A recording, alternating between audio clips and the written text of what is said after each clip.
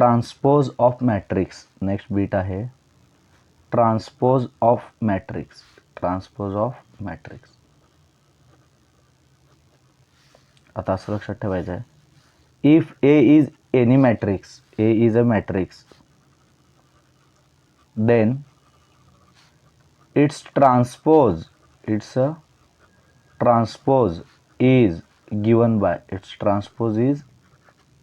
by a dash. त्याचा transpose कसं देतो आपण, ए डॅश म्हणजे त्याचा ट्रान्सपोज झाला. नाव कन्सिडर, आता हे त्याचा ट्रान्सपोज आहे, और इट इज डिनोटेड बाय और गिवन बाय ए टी और ए डॅश. ह्या दोघांचं मिनिंग एकच. ए टी म्हणजे ट्रान्सपोज ऑफ ए डॅश म्हटलं तरी ट्रान्सपोज ऑफ ए. ट्रान्सपोज म्हणजे काय करायचं बघा, लक्ष द्या. If A is equals to a matrix of order 3x3 is given A B C D E F G H I असे व्हॅल्यूज दिलेत. तर ट्रान्सपोजमध्ये काय करतो आपण, हे जे रोज आहेत त्याला कॉलममध्ये लिहितो. म्हणजेच कसं येतं, फर्स्ट रोला first column A B C, second रोला second column D E F G H I, म्हणजे थर्ड रोला थर्ड कॉलममध्ये आपण कन्वर्ट केलो. ह्यालाच काय म्हणतो आपण, ट्रान्सपोज ऑफ मॅट्रिक्स. म्हणजे जे रो होतं त्याला कॉलममध्ये लिहायचं. मग आता क्वेश्चन्स कसं दिलेलं असतात बघा, लक्ष द्या. If A equal to 1 2 3 4, B equal to -1 2 3 4, then prove that A plus B transpose is equals to A transpose plus B transpose असं क्वेश्चन असेल. मग आपण काय करायचं बघा, पहिल्यांदा काय कॅल्क्युलेट करायचं, ए प्लस बी कॅल्क्युलेट करायचं.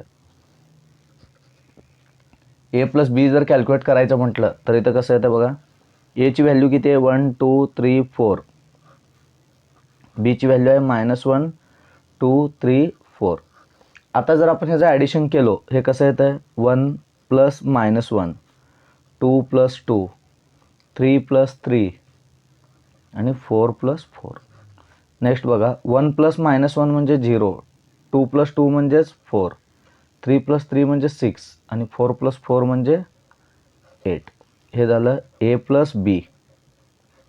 आपल्याला काय कॅल्क्युलेट करायचं आहे, ए प्लस बी ट्रान्सपोज, म्हणजेच असं लिहायचं A plus B transpose is equals to, हे जे रो आहेत त्याला कॉलममध्ये लिहायचं 0 4 6 8.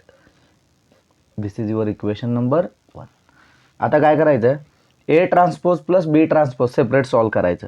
नाव ए ट्रान्सपोज प्लस बी ट्रान्सपोज म्हणजे काय करणार इथं तुम्ही, लिहितानाच एचं ट्रान्सपोज लिहायचं. म्हणजे जे रो होतं त्याला फर्स्ट कॉलम करायचं, जे सेकंड रो होतं त्याला सेकंड कॉलम करायचं. परत इकडे बघा, हे असं येतं -1 2 3 4, म्हणजे असं लिहिणं 1 + -1 फर्स्ट व्हॅल्यू, इथलं फर्स्ट व्हॅल्यू 3 + 3, त्यानंतर 2 + 2 आणि 4 + 4. आन्सर येतं 1 - 1 0, 3 + 3 6, 2 + 2 4, 4 + 4 8. Consider this as equation number 2 and from 1 and 2 A plus B transpose is equals to A transpose plus B transpose, hence proved म्हणायचं. hence proved. हे अशा प्रकारे सॉल्व करावं लागेल. यानंतर जर समजा नेक्स्ट क्वेश्चन असा दिला,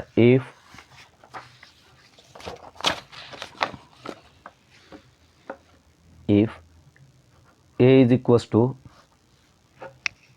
1 - 1 3 2 1 4 and B equal to 1 2 1, हे दिलं value of A and B equal to दिलं -1 2 -1 3 1 2 1 1 1. Then find A B dash म्हटलं बघा. आता ए बी डॅश म्हटलं म्हणजे अगोदर काय करायचं, ए बी कॅल्क्युलेट करायचं, मग डॅश कॅल्क्युलेट करायचं. हे असं सॉल्व करावं लागेल.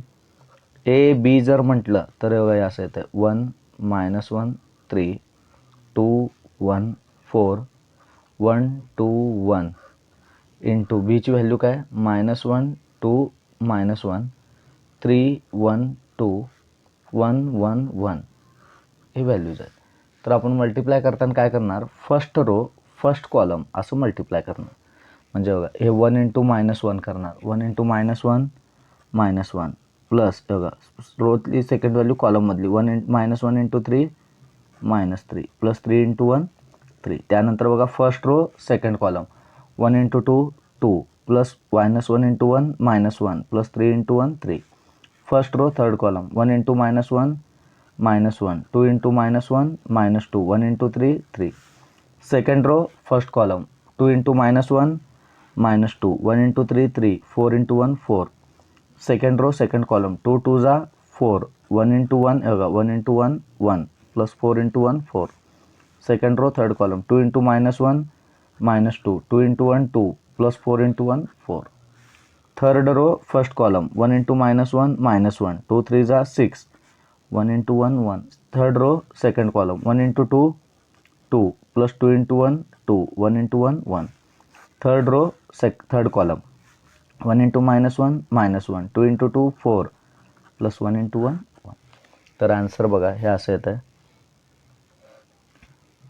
-1 -3 प्लस 3 0 फक्त काय राहतं -1. 2 प्लस 3 5 5 -1 मीन्स 4. -3 प्लस 3 0. परत बघा 3 प्लस 4 7 7 -2 5 4 प्लस 4 8 8 प्लस 1 9 6 -2 4 7 -1 6 4 प्लस 1 5 5 -1 4. हे झालं आन्सर. ह्यालाच काय म्हणतो आपण व्हॅल्यू ऑफ ए बी. आता काय करायचं आहे ए बी डॅश कॅल्क्युलेट करायचं आपल्याला. तर ए बी डॅश म्हणजे हे जे रो होतं त्याला काय करायचं आहे कॉलममध्ये लिहायचं 5 9 4 6 5 4 आणि दिस इज युअर फायनल आन्सर. म्हणजे आपण काय केलं जे रो होते त्याला कॉलममध्ये लिहिलेलं आहे. यानंतर बघा नेक्स्ट पार्ट काय singular matrix and non singular matrix. Singular and non singular matrix next जो बीट आहे तो म्हणजे काय singular and non singular matrix. Next beat आहे singular and non singular matrix. Non singular matrix. if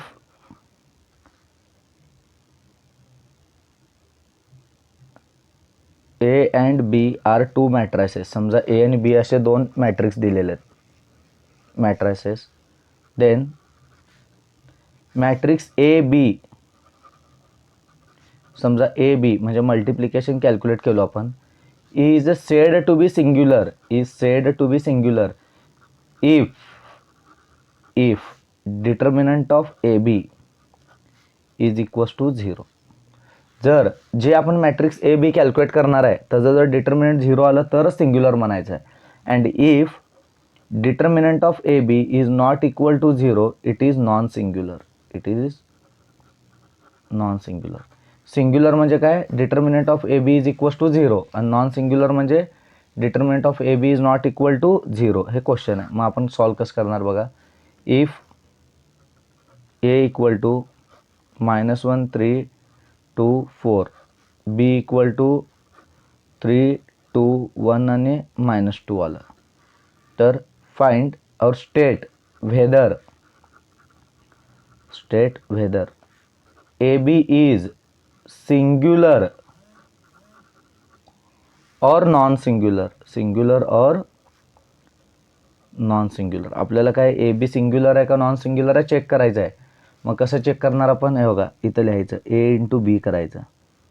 A into बी म्हणजे काय तर -1 3 2 4 बी म्हणजे 3 2 1 -2. आता बघा फर्स्ट रो फर्स्ट कॉलम करायचं -1 into 3 -3 3 into 1 3 -1 into 2 -2 3 into -2 -6 2 into 3 6 4 into 1 4 2 2 जा 4 आणि 4 2 जा 8. तर आन्सर येतं आहे -3 प्लस 3 0 -2 -6 -8, 6 + 4 10, 4 - 8 -4, हे आलं व्हॅल्यू ऑफ ए बी. मग आता काय करायचं बघा, determinant of A B calculate करायचं. डिटर्मिनंट कसं कॅल्क्युलेट करतो आपण, -4 × 0 -8 × 10. नाव minus minus get plus, therefore answer is +80. मग आता लिहिताना असं लिहायचं, as determinant of A B is not equal to 0, therefore it is non singular. It is non singular matrix. It is non singular matrix. समजा यानंतर next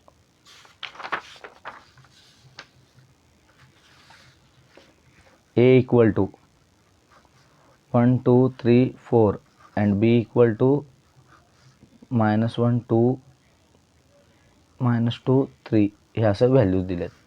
state whether A B is singular or non singular असं question आहे. समजा काय लक्षात ठेवायचं, त्यांनी जे सांगितलं ते कॅल्क्युलेट करायचं. ए बी म्हटलं तर ए इंटू बी सॉल्व करायचं.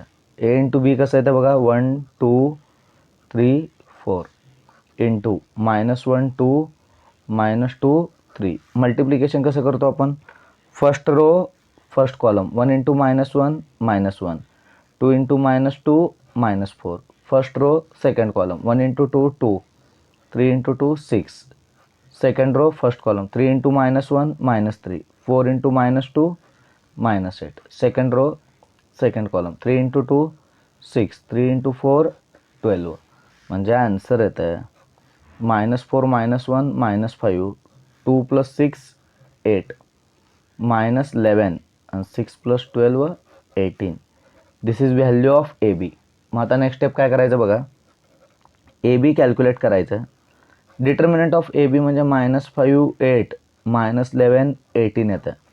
तर याचं मल्टिप्लिकेशन कसं येणार, -18 × 5 -90 -11 8 जा 88. आन्सर येतं आहे -90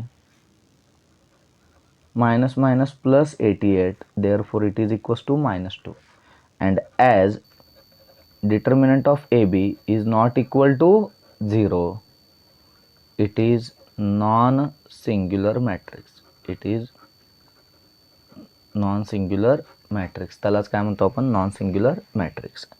आणि ह्याच्यानंतर नेक्स्ट एक क्वेश्चन असतं, एक अजून एक फॉर्म्युला येतं बघा, A × A' is equals to I येतं. हे लक्षात ठेवा.